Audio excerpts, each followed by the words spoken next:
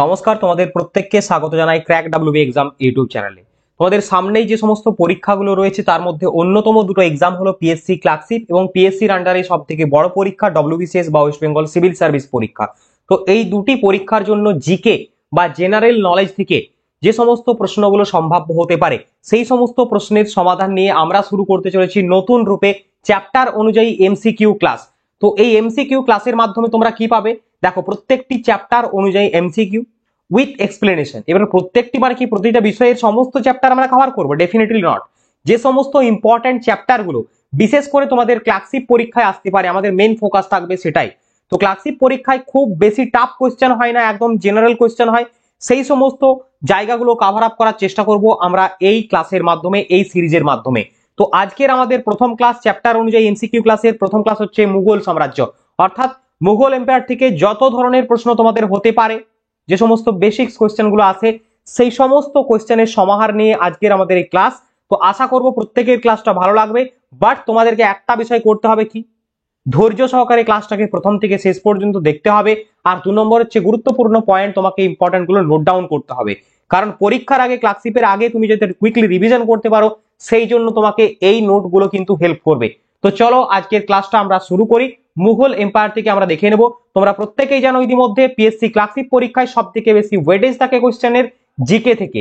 তো জিকে এর 40টি প্রশ্ন 40 নম্বরে ট্যাকেল করতে গেলে অবশ্যই এই ক্লাসটি তোমাকে দেখতেই হবে প্রথম থেকে শেষ পর্যন্ত। তো আজকের ক্লাসের প্রথম প্রশ্ন দেখে নেব আমরা। প্রথম প্রশ্ন কি রয়েছে দেখো, বর্তমানে পাকিস্তানে কোন মুঘল সম্রাটের সমাধিস্থান অবস্থিত? Very good question. 4টে অপশন রয়েছে, হুমায়ুন, আকবর, জাহাঙ্গীর, ঔরঙ্গজেব। সঠিক উত্তর কোনটা হবে তোমাকে বলতে হবে। ডেফিনেটলি আমিও বলে দেবো, ঠিক আছে, চাপ নেই। তো বর্তমানে পাকিস্তানে কোন মুঘল সম্রাটের সমাধি আছে? সঠিক উত্তরটা হয়ে যাবে জাহাঙ্গীরের। Option C is the correct answer. Option C হবে সঠিক উত্তর। তো যেহেতু এখানে আমাদের জাহাঙ্গীর এসছে, জাহাঙ্গীর সম্পর্কে একটু ডিটেলস আমরা দেখার চেষ্টা করবো। সো ডিয়ার স্টুডেন্ট, চলো দেখে নিই প্রত্যেকে।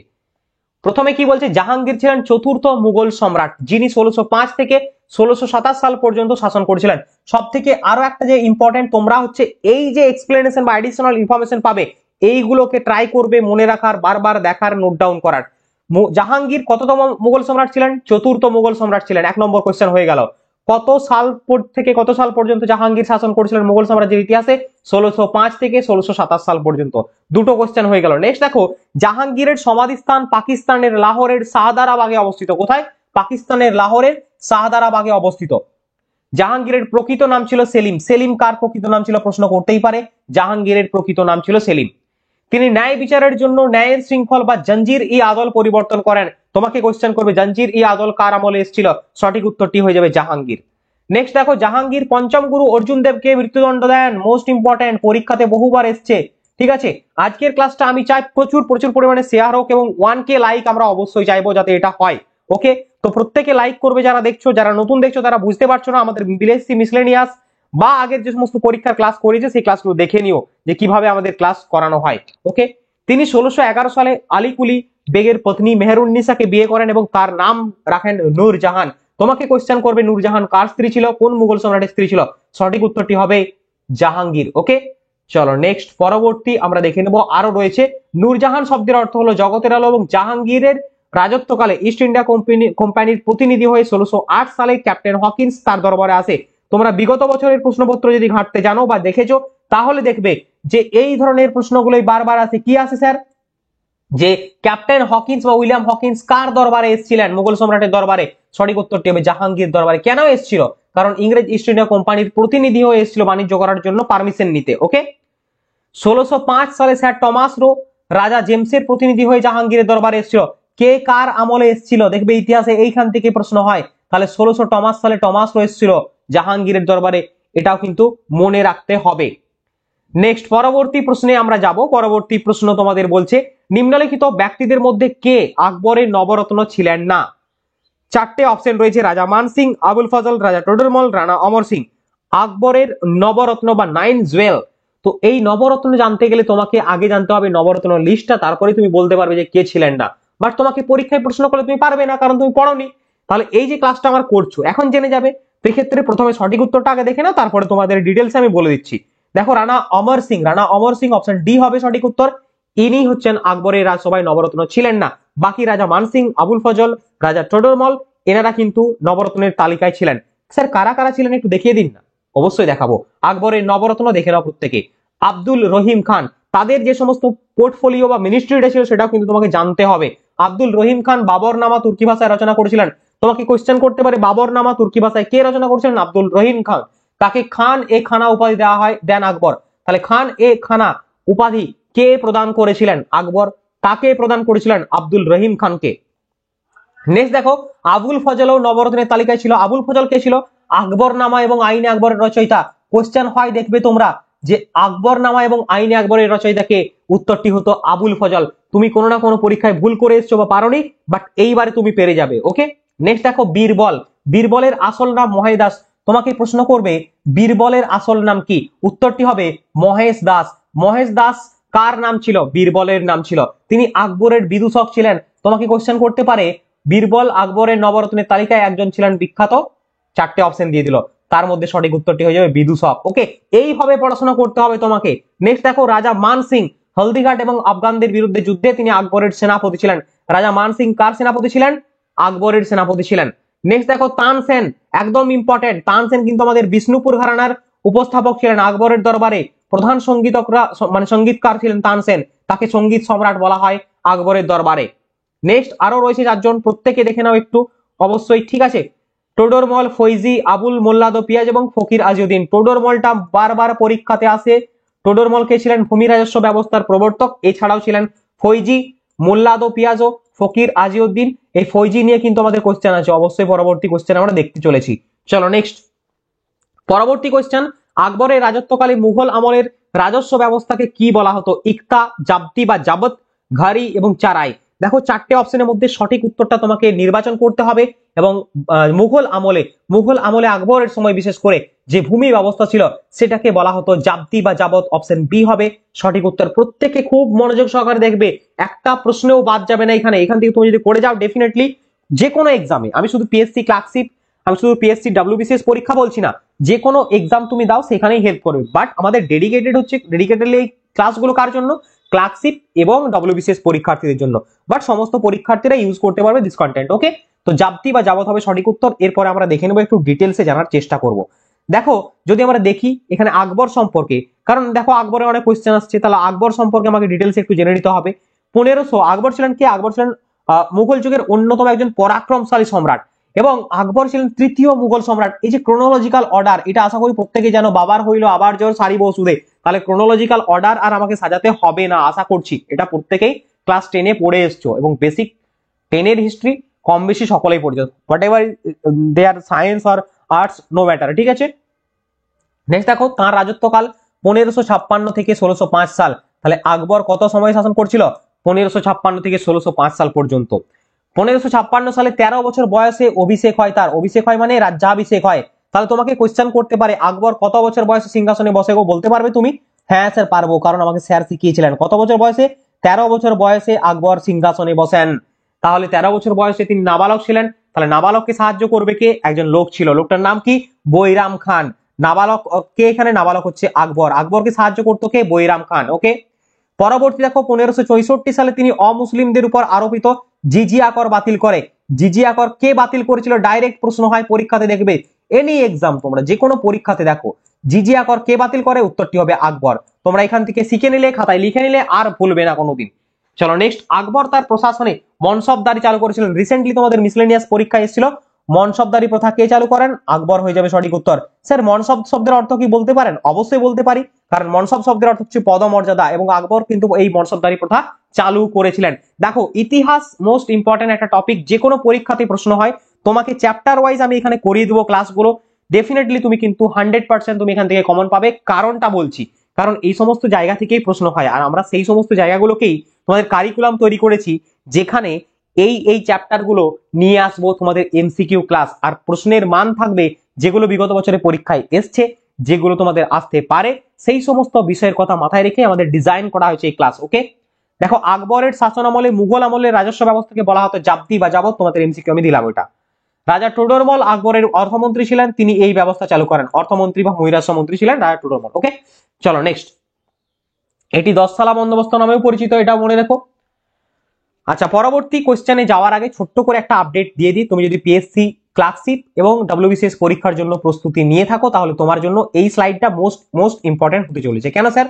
কারণ পিএসসি ক্লার্কশিপ পরীক্ষার্থীদের জন্য এই মুহূর্তে বাজারে, হ্যাঁ, ইবুক কন্টেন্ট, নট সব হার্ড কপি, ইবুক কন্টেন্ট হিসাবে PSC clerkship special practice set 2024 50টি প্র্যাকটিস সেট নিয়ে তৈরি আমাদের এই স্পেশাল প্র্যাকটিস সেট।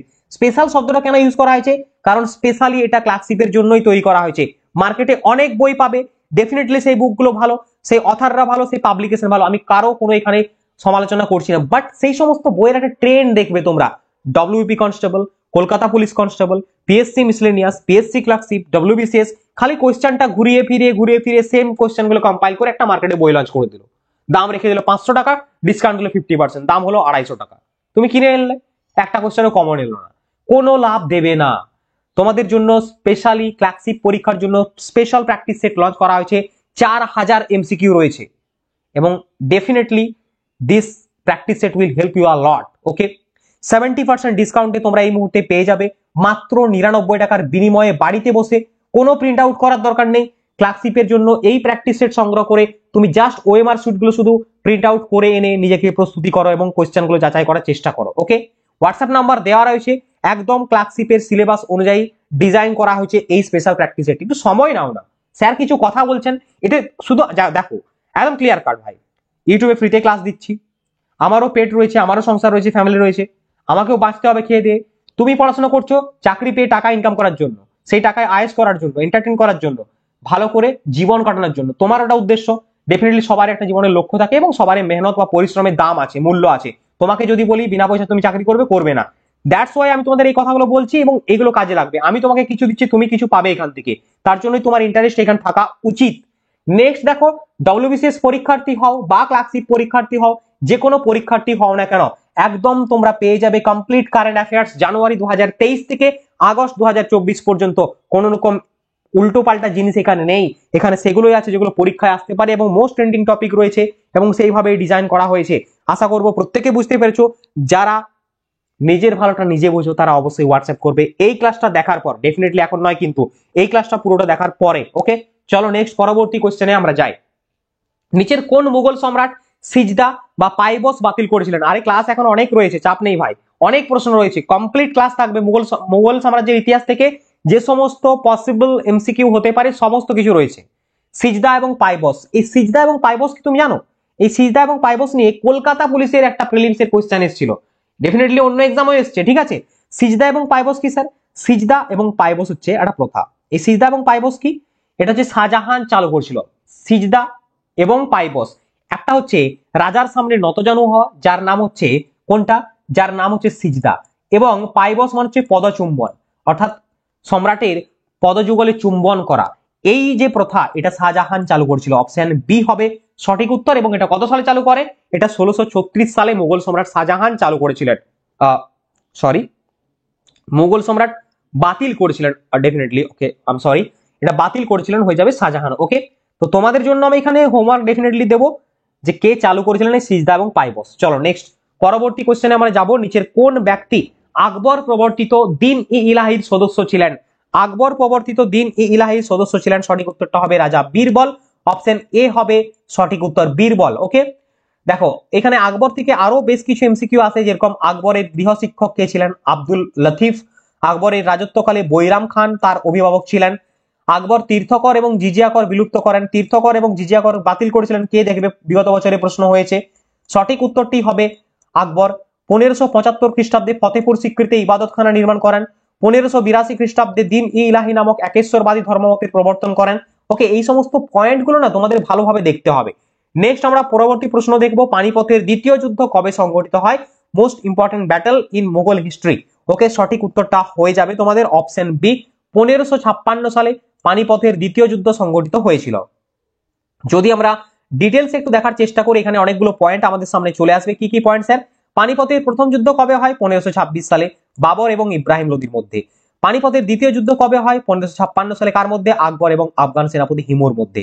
1576 খ্রিস্টাব্দে আকবর এবং মেবারের রানা প্রতাপের মধ্যে হলদিঘাটে যুদ্ধ হয়, রাজা মান সিং এর নেতৃত্বে মেবারের পতন হয়। তো দেখো চারটে পয়েন্টেই ইম্পর্টেন্ট, চারটে পয়েন্ট থেকে চারটে এমসিকিউ হতে পারে। পানিপথের প্রথম যুদ্ধ কবে হয়, কার মধ্যে হয়, পানিপথের দ্বিতীয় যুদ্ধ কবে হয়, কার মধ্যে হয়, এবং তোমাদের হলদিঘাটে বা ব্যাটল অফ হলদিঘাটি থেকে কোশ্চেন অবশ্যই এসছে। তোমরা ডব্লিউবিসিএস এর পরীক্ষায় প্রশ্ন দেখো, ক্লার্কশিপে দেখো, এই টাইপের কোশ্চেনে কিন্তু হয়। চলো নেক্সট, গুজরাট জয়ের চিহ্নস্বরূপ আকবর নির্মাণ করেন কোনটি? Buland Darwaza, Agra fort, Allahabad fort, Motimahal. গুজরাট জয়ের চিহ্নস্বরূপ আকবর নির্মাণ করেন Buland Darwaza. Option A is the correct answer. তোমাদের মেমোরাইজেশনের জন্য আমি অনেক জায়গায় মানে পিকচারও ইনসার্ট করেছি, যাতে তোমরা দেখতে এবং তোমাদের মানে একটা ভালো দেখতে লাগে আর কি ক্লাসটা। ওকে, চলো নেক্সট দেখে নেবো ডিটেলস আমরা এখানটা একটু। দেখো 1572 খ্রিস্টাব্দে আকবর গুজরাট জয় করেন। কত সালে গুজরাট জয় করেন? 1572 খ্রিস্টাব্দে। গুজরাট জয়ের চিহ্নস্বরূপ তিনি ফতেপুর সিক্রিতে বুলন্দ দরওয়াজা নির্মাণ করেন। আকবরের আমলে নির্মিত অন্যান্য স্থাপত্য বা আর্কিটেকচার অবশ্যই দেখে নাও। Agra fort, Lahore palace, Allahabad fort, Fatehpur Sikri, Diwan i Aam, Diwan i Khas, Jama মসজিদ, বুলন্দ দরওয়াজা এবং হুমায়ুনের সমাধি, এগুলো হচ্ছে আকবরের সময় স্থাপত্য। মতিমহল জাহাঙ্গীরের ছিল। ওকে, কি বললাম? মতিমহল জাহাঙ্গীর লাহোরে নির্মাণ করেছিল। আচ্ছা, মনসবদারি প্রথা, মনসবদারি প্রথা কে প্রবর্তন করেন? রিসেন্টলি তোমাদের পিএসসি মিসলেনিয়াস পরীক্ষাতে এসছে এবং অনেক পরীক্ষাতে আসে এবং আসবে ডেফিনেটলি। আকবর হবে সঠিক উত্তর। মনসবদারি প্রথার প্রবর্তন করেন আকবর। দেখো 1575 খ্রিস্টাব্দে এই প্রথা চালু করেন। মনসব্দ কথার অর্থ হচ্ছে পদমর্যাদা। পদমর্যাদা কি? জাট, সাওয়াই এই দুটি ভাগে বিভক্ত ছিল। পদমর্যাদা কি? জাট এবং সাওয়াই দুটি ভাগে ভাগ ছিল। নেক্সট, বাবর কত সালে ভারতে মুঘল শাসন প্রতিষ্ঠা করেন? বাবর থেকে কোশ্চেন, বলো সঠিক উত্তর কোনটা হবে? সঠিক উত্তর হয়ে যাবে তোমাদের অপশন ডি, 1526 সালে মুঘল যুগের সূচনা হয়, প্রত্যেকেই জানো। অপশন ডি হবে সঠিক উত্তর। নেক্সট আমরা একটু দেখে নেবো এখানটায় তোমাদের বাবর সম্পর্কে বিভিন্ন তথ্য। দেখো, তিনি নিজেকে বাদশাহ হিসাবে ঘোষণা করেন বাবর। 1526 সালে ভারতে মুঘল সাম্রাজ্যের প্রতিষ্ঠাতা ছিলেন বাবর। বাবর ছিলেন ভারতের প্রথম মুঘল সম্রাট। তোমাকে প্রথম মুঘল সম্রাট কে ছিল জিজ্ঞাসা করতে পারে, কোশ্চেন করতে পারে, জিজ্ঞাসা করতে পারে। ওকে, আচ্ছা, বাবর 1483 সালে ফারগানায় উজবেকিস্তানে জন্মগ্রহণ করেছিলেন। বাবর সম্পর্কে ডিটেলস একটু দেখে নাও। বাবর ও ইব্রাহিম লোদির বাহিনীর মধ্যে 1526 সালে পানিপথের প্রথম যুদ্ধ হয়। তিনি তুর্কি ভাষায় তুজুকি বাবরি বাবরের আত্মজীবনী রচনা করেছিলেন। তুজুকি বাবরির মতে বাবর 1530 সালে লাহোরে মারা যান। কোথায় মারা যান? লাহোরে। তাকে আরামবাগে, অর্থাৎ এখানে আগ্রার আরামবাগ, হ্যাঁ আমাদের ওয়েস্ট বেঙ্গল আরামবাগ নয়, সমাহিত করা হয়। পরে তার মরদেহ নিয়ে যাওয়া হয় আফগানিস্তানে কাবুলে। 1527 খ্রিস্টাব্দে খানুয়ার যুদ্ধে বাবর রানা সংগ্রাম সিংহকে পরাজিত করেন। প্রত্যেকটা পয়েন্ট কিন্তু ইম্পর্টেন্ট, খুব ভালোভাবে দেখে নাও এখানটায়, ঠিক আছে? চলো নেক্সট, শের শাহ সুরি প্রবর্তিত রৌপ্য মুদ্রাকে বলা হতো টঙ্কা, রুপিয়া, মোহর, দিনার। সঠিক উত্তরটা হয়ে যাবে তোমাদের 10 নম্বর প্রশ্নের সঠিক উত্তর রুপিয়া। ডান দিকে যার ছবি রয়েছে তিনি হচ্ছেন শের শাহ। দেখে না, যদি না চিনে থাকো দেখে নাও। ওকে, শের শাহ। এরপরে আমরা দেখে নেব বেশ কিছু শের শাহ সম্পর্কে পয়েন্ট। শের শাহ সুরি ছিলেন সুরি রাজবংশের প্রতিষ্ঠাতা। শের শাহ সুরি প্রবর্তিত রৌপ্য মুদ্রার নাম ছিল রুফিয়া। তিনি আবার কৌনজের যুদ্ধে হুমায়ুনকে পরাজিত করেন এবং 1540 সালে কৌনজ দখল করেন। কলকাতা থেকে পেশোয়ার দিকে বাঁক নেওয়া, মানে এটা বলা হচ্ছে জিটি রোড বা গ্র্যান্ড ট্যাঙ্ক রোড, যেটা শুরু করেছিলেন শের শাহ সুরি মার্গ বলা হয়। ইলতুতমিশ কর্তৃক রৌপ্য টঙ্কা মুদ্রা প্রবর্তন করা হয়। মোহর মুদ্রা প্রচলন করেন শের শাহ সুরি এবং দিনার নামক মুদ্রা চালু করেন মোহাম্মদ বিন তুগলক। তাহলে কে কোন মুদ্রা চালু করেন? দেখো, ইলতুতমিশ চালু করেন রৌপ্য মুদ্রার টঙ্কা, মোহর মুদ্রা হচ্ছে শের শাহ সুরি, দিনার মুদ্রা হচ্ছে স্বর্ণ মুদ্রা এবং এটা চালু করেছিলেন মোহাম্মদ বিন তুগলক। ওকে, চলো নেক্সট কোশ্চেন। নিম্নলিখিত কোন মুঘল শাসকের নামে ফতেয়াবাদে একটি মসজিদ রয়েছে? কোন মুঘল শাসকের নামে ফতেয়াবাদে একটি মসজিদ রয়েছে? সঠিক উত্তরটা তোমাদের জন্য হয়ে যাবে Humayun. Option C is the correct answer. Humayun সম্পর্কে একটু দেখে নাও। হুমায়ুনের প্রকৃত নাম ছিল নাসির উদ্দিন মোহাম্মদ। তিনি হুমায়ুন নাম নিয়ে জনপ্রিয় ছিলেন। 1530 সাল থেকে 1540 সালের সময়কালের মধ্যে তিনি দ্বিতীয় মুঘল সম্রাট ছিলেন। পাকিস্তান, উত্তর ভারত, আফগানিস্তান, বাংলাদেশ জুড়ে শাসন করতেন। দ্বিতীয় ক্ষমতায় এসেছিলেন 1555 থেকে 56 সালে। পরবর্তী ক্ষেত্রে আবার একবার তিনি ক্ষমতায় এসেছিলেন। হুমায়ুনের ভগিনী গুলবদন বেগম পার্সি ভাষায় তার আত্মজীবনী হুমায়ুন নামা রচনা করেছিলেন। তো মোস্ট ইম্পর্টেন্ট এটা হয়ে যায়, হুমায়ুন নামা কে রচনা করেন? তার ভগিনী গুলবদন বেগম। ওকে, কোন ভাষায়? পার্সি ভাষায় হুমায়ুন নামা রচনা করেন। নেক্সট প্রশ্ন, মমতাজ মহলের আসল নাম কি? মমতাজ মহলের আসল নাম কি? সঠিক উত্তরটা হয়ে যাবে Anjuman Banu Begum. Option C is the correct answer. কি ক্লাস প্রত্যেকের ভালো লাগছে তো? ডেফিনেটলি একটু কমেন্ট করে জানিও কিন্তু যে ক্লাসটা কিরকম লাগছে, তাহলে কিন্তু আর আনবো না ক্লাস এই ধরনের। ওকে ওকে, অপশন সি হবে সঠিক উত্তর। চলো নেক্সট আমরা দেখে নেব পরবর্তী, দেখে নাও এখানটায় 1612 খ্রিস্টাব্দে শাহজাহান নূরজাহানের ভ্রাতা আসাফ খানকে কন্যা মুমতাজ মহলকে বিবাহ করেন। তাহলে শাহজাহান কাকে বিবাহ করেন? নূরজাহানের ভ্রাতা আসফ খানের কন্যা মুমতাজকে বিয়ে করেন। 1631 সালে মমতাজ মারা যায় এবং তারপর কি করেন? শাহজাহান তাজমহল নির্মাণ করেন। তাজমহলের উপস্থিতি স্থপিত ছিলেন, মানে তাজমহলের যিনি নির্মাণকর্তা ছিলেন তিনি হচ্ছেন ওস্তাদ ঈশা খাঁ। ফরাসি পর্যটক বার্নিয়ে ট্রাভার্নিয়ে, ইতালি পর্যটক নিকোলা মানুচ, ওকে নিকোলা মানুচ হবে এটা, ভারত পরিদর্শনে আসেন তার সময়। তিনি দিল্লিতে জামা মসজিদ নির্মাণ করেছিলেন। নেক্সট প্রশ্ন, আগ্রার মতি মসজিদ কোন মুঘল শাসকের সাথে সম্পর্কিত? 13 নম্বর প্রশ্ন, শাহজাহানের সাথে সম্পর্কিত। অপশন ডি হবে সঠিক উত্তর, ওকে অপশন ডি। চলো নেক্সট প্রশ্ন, আকবর কোন সালে প্রথম জিজিয়া কর শেষ করেন? জিজিয়া কর বাতিল করেছিলেন আমরা একটু আগে কোশ্চেনে দেখলাম আকবর, বাট কোন সালে? সঠিক উত্তরটা হবে অপশন এ 1564 সালে। জিজিয়া কর ছিল ধর্ম বৈষম্য বিরোধী কর একটি, যেটি কেবলমাত্র অমুসলিমদের উপর এটি চাপানো হতো। নেক্সট, নিম্নলিখিত কোন মুঘল সম্রাটকে জিন্দা পীর বলা হয়? জিন্দা পীর বা জীবন্ত সাধু বলা হতো ঔরঙ্গজেবকে। অপশন ডি হবে সঠিক উত্তর, অপশন ডি। ঔরঙ্গজেব নিয়ে কিন্তু অনেক প্রশ্ন হয়, তো ডিটেলসে আমরা দেখার চেষ্টা করব ঔরঙ্গজেব সম্পর্কে, প্রত্যেকে ভালো করে দেখে নাও। দেখো 1659 সালে তিনি নিজেকে আলমগীর উপাধিতে ভূষিত করেন। তোমাকে প্রশ্ন করবে আলমগীর বলা হতো কাকে? ঔরঙ্গজেবকে। তাকে জিন্দা পীরও বলা হতো বা জীবন্ত সাধু বলা হতো। ঔরঙ্গজেবের আমলে মুঘল এলাকা ছিল সব থেকে বড়। তাহলে কার আমলে মুঘল সাম্রাজ্যের সব থেকে বিস্তার ঘটেছিল? ঔরঙ্গজেবের আমলে। তার সময় জনসমাগমপূর্ণ স্থানে মদ বা ভাং বিক্রি পান করা নিষিদ্ধ ছিল। ঔরঙ্গজেব বীণা বাজাতেন। তাহলে কোন মুঘল সম্রাট বীণা বাদক ছিলেন? ঔরঙ্গজেব। তিনি 1679 সালে জাজিয়া চালু করেন। তিনি 1667 সালে সুরাটে একটি কারখানা স্থাপন করেন, ফরাসিদের জন্য অনুমতি দেন, ওকে। নেক্সট, তিনি নিষিদ্ধ করেছিলেন কি কি বিষয়গুলো দেখে না একটু। তার দরবারে গান বাজনা নিষিদ্ধ ছিল, অথচ তিনি সঙ্গীত নায়ক ছিলেন। সতী প্রথা ও ঝড়েকা দর্শন চালু করেছিলেন। কলমাক লেখা মুদ্রা চালু করেছিলেন, কলমা লেখা। তো কলমা লেখাটাও পরীক্ষাতে বারবার প্রশ্ন হয়, উল্টো দিক থেকে লেখা, তাই তো? আচ্ছা আচ্ছা, এখানটায় মনে হয় আমি একটু মিস্টেক করলাম, অবশ্যই একটু দেখে নিও, আমার এই মুহূর্তে আসছে না, ঠিক আছে।